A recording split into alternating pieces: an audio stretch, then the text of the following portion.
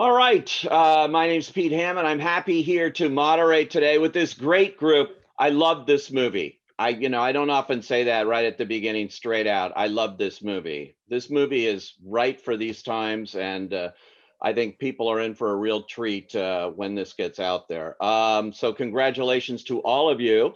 And we have a big group here, so let me introduce, first of all, the writer and director, Academy Award winner, John Patrick Shanley. Hey, it's nice to Hey, see y'all. how are you? I'm And then thriving. this incredible ensemble cast here, beginning with Emily Blunt as Rosemary. Hi. Hi. How are you? Good. How are you, Pete? Very good. And Jamie Dornan as Anthony Reilly. Hey, Jamie. Jon Hamm as Adam. And Dearbhla Molloy, who plays the mother here. Yes, hi, Dearbhla. How are you? Hi. And the great Academy Award winner, Christopher Walken, here as well. Let me start with you, John, because, so many great things you've done. Moonstruck, Doubt, Joe versus Volcano, original fan right here of that too. Why did you decide to bring this to the screen? This was a play called Outside Mullingar. Why did you decide this would make a great movie? Well, it was always organic to me to be able to do that if it was possible, because the main character, in a way, of this film is Ireland itself, the Irish culture, the way that Irish people use the language and use it to express thoughts that might be a little more shaped a little bit differently than the way other people would. So it's kind of a love letter to Ireland and the Irish people. Yeah, that it definitely is, and shot right there in County Mayo. Beautiful location. How difficult was it to find that the perfect kind of place you wanted? Because this movie harkens, it's like almost old fashioned in that sense. It's like a different place and time, it seems here. Well, it was really easy, actually. I just said, I want to shoot on the most beautiful farm in Ireland. And we found this place, the Connor Farm, which had this extraordinarily beautiful lone mountain standing in the background of everything that you did, and then a smaller mountain echoing the larger mountain on the property itself. And so we were able to sort of use that to celebrate and locate the story very particularly. Yeah, that it does. It really sets the tone. And putting this cast together, what was going through your head and how you wanted to cast it here? Because we've seen them all do so many great things, but what made it work for this particular project for you? Well, I wanted people who really were at home with language and who could firmly, completely, and authoritatively take the whole damn thing away from me and make it great. And I was lucky enough to find such an ensemble. That's for sure. Emily, talk about playing this role of Rosemary. She's strong. You know what? People could look at her and say, yeah, she wants this guy. She's ever since she's been 10 years old. She knows what she wants. She's also a feminist in a lot of ways too. She's a very strong woman. For sure. I mean, I think, she really is, this lyrical romantic. I mean, she is wildly passionate. She can't put one foot in front of another without thinking about Anthony and how much she wants to be with him. And he's the only person for her. And she has such purpose and determination in persuading him of that. And so I think that's what I really loved about her, is just that forthright knowledge of like, this is who is meant for me and I'm never giving up. And she's sort of trying to drag him into the next phase of his life. And I really find her funny and passionate and romantic and a really exciting, quite modern woman. Yeah, did you when you read this script, would seem to me be unlike a lot of scripts out there. This is not your normal kind of thing that people are dying to make movies about now. I wish they were. but it's very particular to John Patrick Shanley too, and his sense of romanticism I've seen in his other works. Yes, yes, for sure. And I think, you know, I think because John Patrick Shanley wanted to make this about, you know, his family and growing up in Ireland, just how people express themselves. They express themselves so exquisitely, and they're all poets. And I felt that even when we were in Ireland, it was like all the crew were just supremely talented at something or other. I mean, Jamie Dornan, a poet, right? Oh, yeah.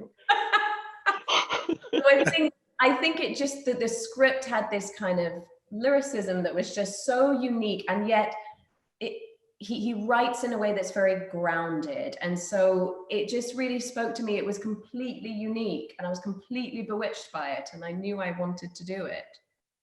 And what about Jamie? I mean, this definitely, this whole souffle would fall if we don't believe this relationship from the beginning, and the two of you. So working with Jamie here in a role I haven't seen him do before quite like this. Yeah, I mean, I think, you know, we had sort of known each other briefly before working together, because Jamie's very close to my sister.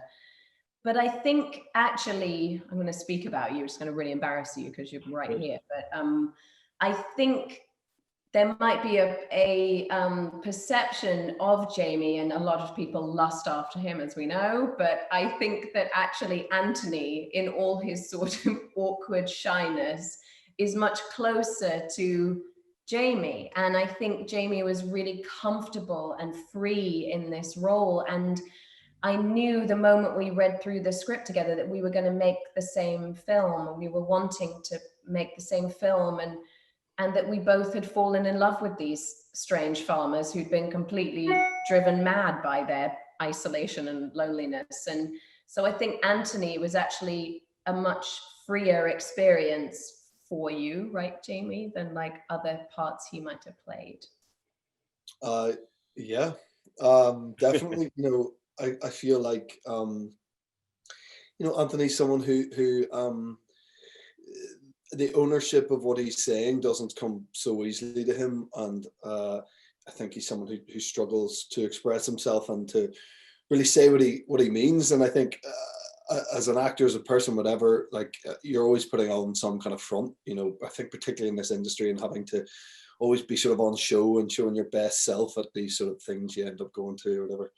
And it's kind of exhausting, and it's not reality a lot of the time. And I think somewhere in there is someone really shy who struggles socially. And I really am speaking for myself here. You know, I think I can relate to that in a big way. And I think Anthony's weird. You know, put really blunt, like weird. And I think have an odd side to me, and that maybe I don't get to express very often. And I felt that Anthony was this like vehicle to allow myself to just throw out every oddity that lives within me and make it physical in this character. But you know, so much of that was done by John's incredible words, and I just sort of, you know, pranced about. But you know, it was a joy to do it. He's so vulnerable, this guy. He's unlike any kind of screen character you've seen lately, which makes him so interesting. And you get to work with farm animals. How was that? I'm a highly allergic person. So you know, anything with in and around the farm isn't really great for me, even though I live out in the countryside. I have goats and we have chickens and all sorts, but I can't get too close. So I'm like dosed up on antihistamines for any farm animal action. But yeah, so I'm pretty sleepy probably through most of those scenes. You know, one of the most poignant things about it and interesting things is your relationship here with your father, and played by the great Christopher Walken. Congratulations, Christopher. This is a beautiful performance here. Hey, thanks. You're not Irish, but you convinced me. Well, This is one of the best jobs I ever had. You know, the company that I kept and the place. Like John said, it was a kind of, it was a wonderful, beautiful place. And even the place we stayed in a town called Ballina, which is, they should name one of those exoplanets, Ballina. It's really beautiful, and we stayed in a wonderful place. And every day I went to work with these people that I loved, and it was just a great time. And I'm not Irish, and I struggled with that, with the accent but in the end, I saw the movie. I loved the movie. Yeah, it's like that accent is spot on. Jamie's from Belfast. I mean, he could probably vouch to this. And playing that scene, that big emotional scene between the two of you, there won't be a dry eye in the house, as they say in the business here. What was that like for you two in doing that? Well, the words are wonderful. And Chris was just like, I just need to get this out there. Like, Chris was so wonderful that whole day that I couldn't. I mean, John will testify to this. I couldn't stop crying that entire day, whether it's his coverage, my coverage, the coverage of the Star. I couldn't stop crying that day. I was just in bits, and that was testament to what Chris was doing. It was just blowing my mind, take after take after take. So it was the most emotional day I've ever had at work. Well, we had those wonderful words and situation, place, and I had Jamie and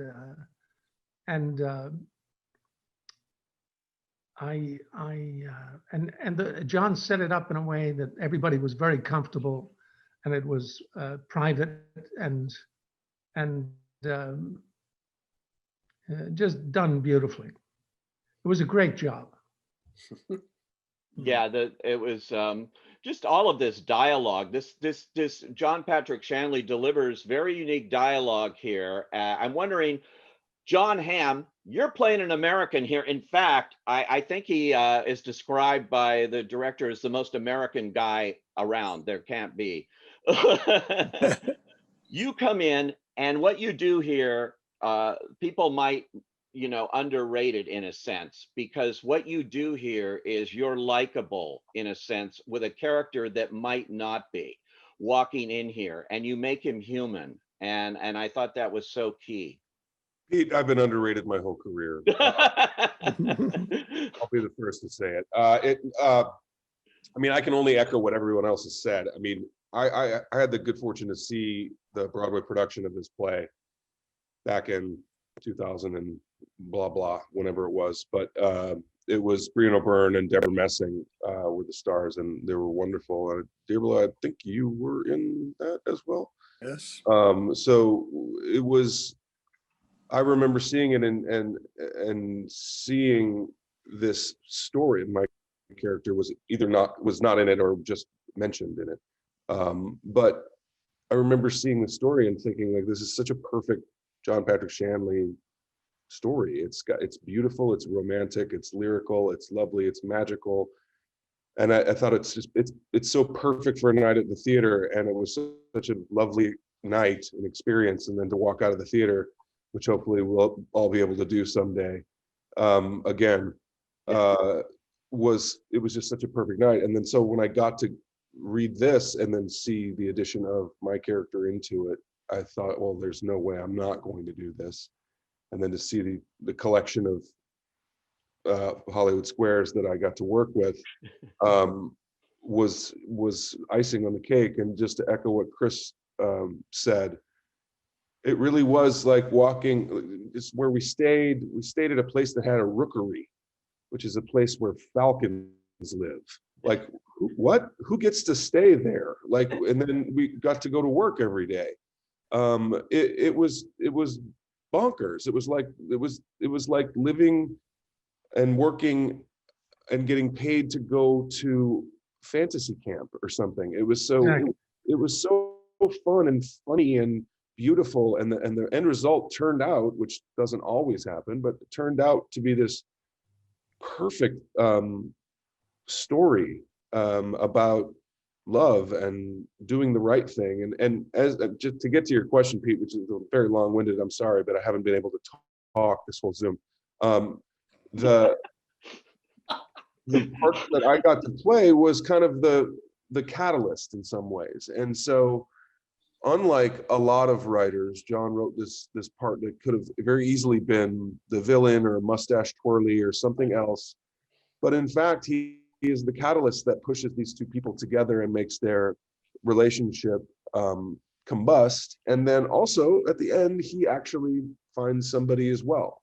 So everybody wins. It's like it's a nice story in a increasingly polarized political climate and culture, where it's like, no, nobody loses in this one. Everybody wins. Everybody gets the brass ring, and it's just so heartwarming. So anyways, thanks to everybody on the Zoom for letting me be a part of it. Yeah, and just before we started here, you mentioned there's a little bit of kismet here because County Mayo is where Joe Biden's family is from, right? So this movie has I know those happened people, they are partying. into this time. Now, Dearbhla, you are the one person here who actually was in the play, as he alluded to here. And I understand this character, the minute John saw you in it, maybe let me ask John first, Shanley, Patrick Shanley. When you saw her in the role, you decided to expand it, or how did that work? At the first read through of the play in New York, when I heard Dearbhla read the role, I immediately knew I had to write her some more stuff. Because I was like, whoa, man, I got a major gunslinger here. I've got to get more juice out of this orange. And so I began to squeeze the script. She's a thrilling actress, and I'm so delighted that we got to celebrate who she is in a part that I think really suits her. There was a particular thrill for me. Working with Jon Hamm was sort of like working with a gunslinger, where you just say, shoot that bottle cap over there, and he could. I mean, he had the kind of amazing command. So directing him is just sort of like saying good morning. And then Chris Walken is like this guy who tells stories that you want to have the usual reaction of laughing or taking it seriously or something, but you actually find yourself aware that you don't know how the hell to take the story, and that you're going to have to show up as a human being in order to respond to it, which is so great. And Emily comes in and is basically a leader, and was unbelievably well prepared, but also just willing to do anything and everything to make a low budget film a big budget film. And so that was sort of extraordinary. And Jamie is this character. And it's kind of wonderful to have this awkward energy always around, where it's never going to be just smooth. You know that he's going to have a difficult problem with something having to do with expressing himself. So there's always an obstacle in the scene. You don't have to create one. And Chris Walken, it's been the dream of my life to work with him. And so to get that opportunity was just a very special gift for me. And also when Chris took me aside after the first read through that we did and said, I'm not Irish. And I said, I know, because he was scared. And I said, well, whenever you're scared, I'm scared too. He totally got it together, knocked it out of the park. I just thought I'd throw all that in. I love that. I actually heard you started sobbing when you saw Chris in this role. He killed us all. It was a beautiful thing. It was right at the end of his shoot, his tenure in the picture, and we all knew that we were, as you sometimes do, moving towards a very big scene that nobody really wants to talk about very much, because you don't want to make it self-conscious. You want to let it grow. And then to end up in this little room on this beautiful farm in Ireland with him and Jamie and Chris just lying on this bed with the whole of Ireland out the window. And for him to start talking about being a father. And at first, he's the character talking about what it is for him to be a father, but then it goes beyond that. And in the breaks when we talked about, in rehearsal and stuff, it was about all our fathers. And everybody was bringing, this very personal energy to the scene, which is what you dream about, what you hope for.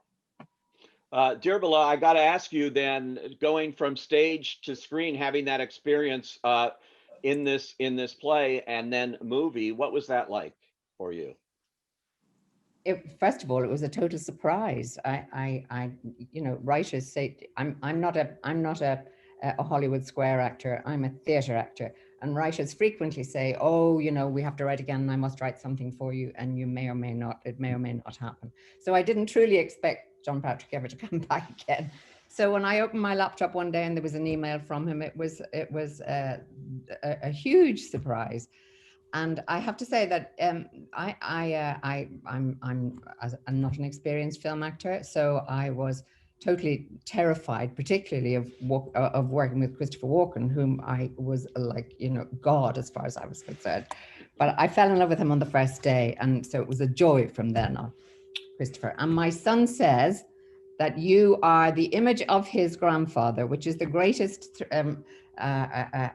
honor that I can grant you, because his grandfather was a countryman from Cork, and he said you got every tiny bit of him. So that's great. But I have to say, for me, I come from a big family, and I have a vast array of aunts. So there's always an aunt that I can choose to base.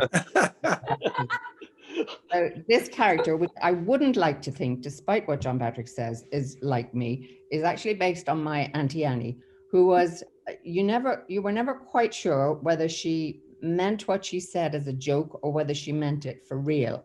And that's kind of why I found this character relatively easy to play. But to be able to translate it into film was a huge gift. It was a gift. It was great. And I love the outcome, JP. I think you've made a brilliant, wonderfully, as I said to you, eccentric film that's full of compassion and full of love for just the state of being human. And you've got the Irish perfectly.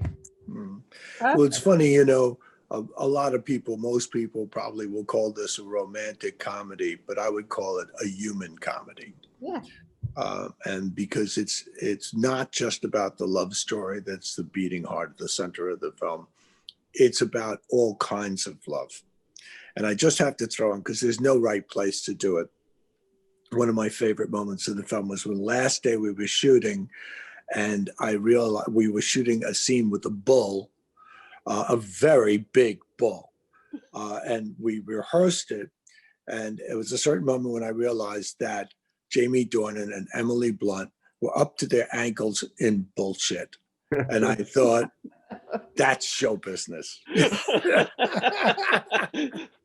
Emily, talk about that. That is show business, I guess. That is show business. Well, it was just, I think that scene was just emblematic of the whole experience, really. It's just everyone just threw themselves into whatever situation it was, even if you were kind of waist deep in bullshit. I mean, I just think it was just like the most joyous experience. And I think that idea of everyone just signing on to something that felt beautiful to you in the reading of it, and then the experience of it surpassed what you had hoped, even, because it was just, we were a real family, and we were always completely covered in mud and cow shit and everything else, but it was just, the whole experience was very all-consuming, because we were like a rat pack, all of us together, and it was so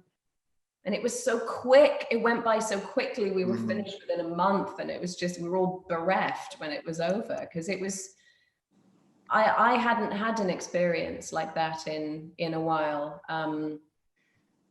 and I think I'd been really craving it, and it did me an enormous amount of good. Mm.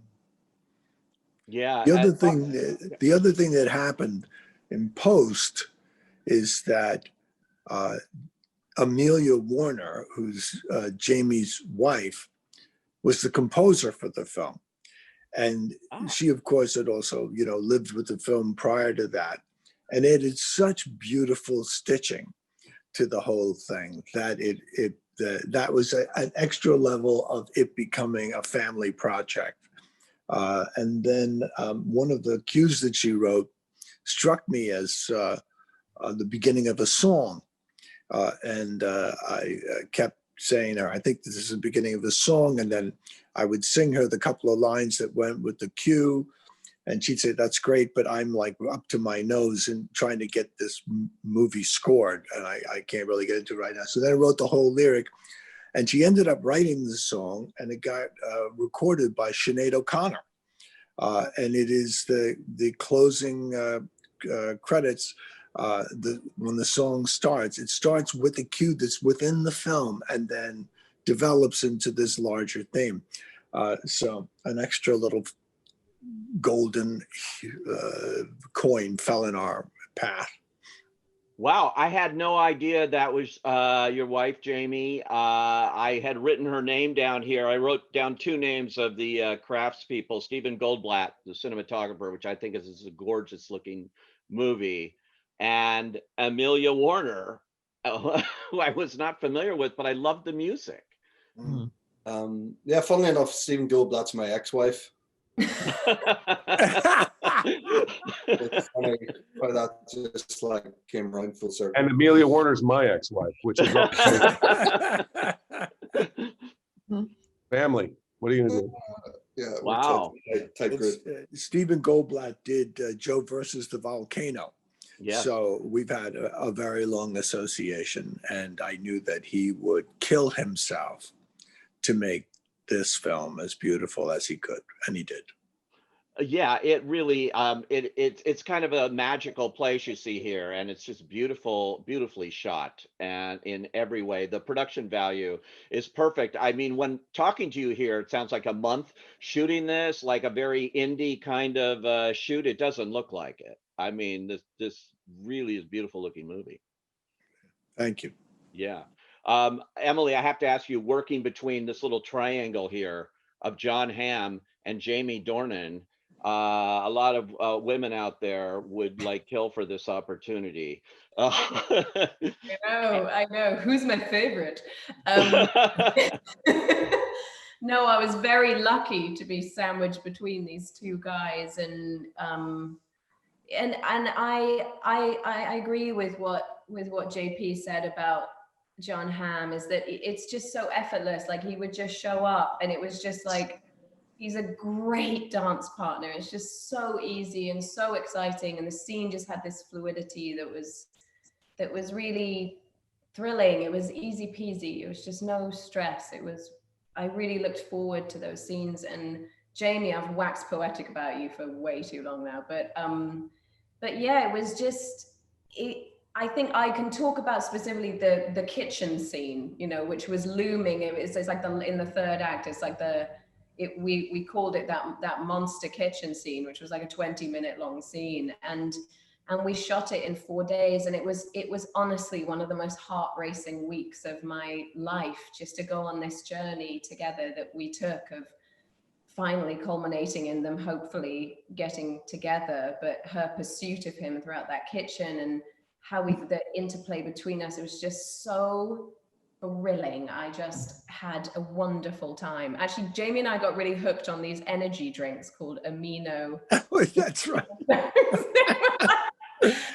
It was like, and then Jamie started to call them his acting juice, because it was like, it seemed to be the only way we could get through all of this dialogue that You guys were on performance enhancing drug? Yeah.